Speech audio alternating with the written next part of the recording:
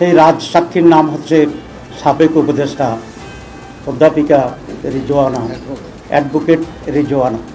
তিনি একটা সাংবাদিকের সাথে কথা বলে এটা প্রকাশ করেছেন যে আমরা যারা তার ভাষা নারীদের উপযুক্ত অধিকারকে নিশ্চিত করতে পারে নাই, তারা বিরোধী দলে থাকলেও আমরা কিন্তু তাদেরকে মূলধারা বা প্রধান শক্তি হিসাবে আমরা আসতে দিই। তাহলে বোঝা যায় আমরা যে ইলেকশন ইঞ্জিনিয়ারের যে কথা আসছিল বা আসছে, সেটাকেই উনি নিজেই স্বীকার করে রাজসাক্ষী হয়েছে। আমরা এখন এটাকে জানতে চাই ওনার কাছে বা তৎকালীন তত্ত্বাবধায়ক সরকারের কাছে এবং আজকের সরকারের কাছে যে তারা তাদের যোগসাজশে কি ইঞ্জিনিয়ারিংয়ের মাধ্যমে বাংলাদেশ জামাত ইসলামীকে মূলধারা বা প্রধান দল হিসাবে মেজরিটি পেতে তারা বাধাগ্রস্ত করেছে এবং স্বীকৃতি দেয়।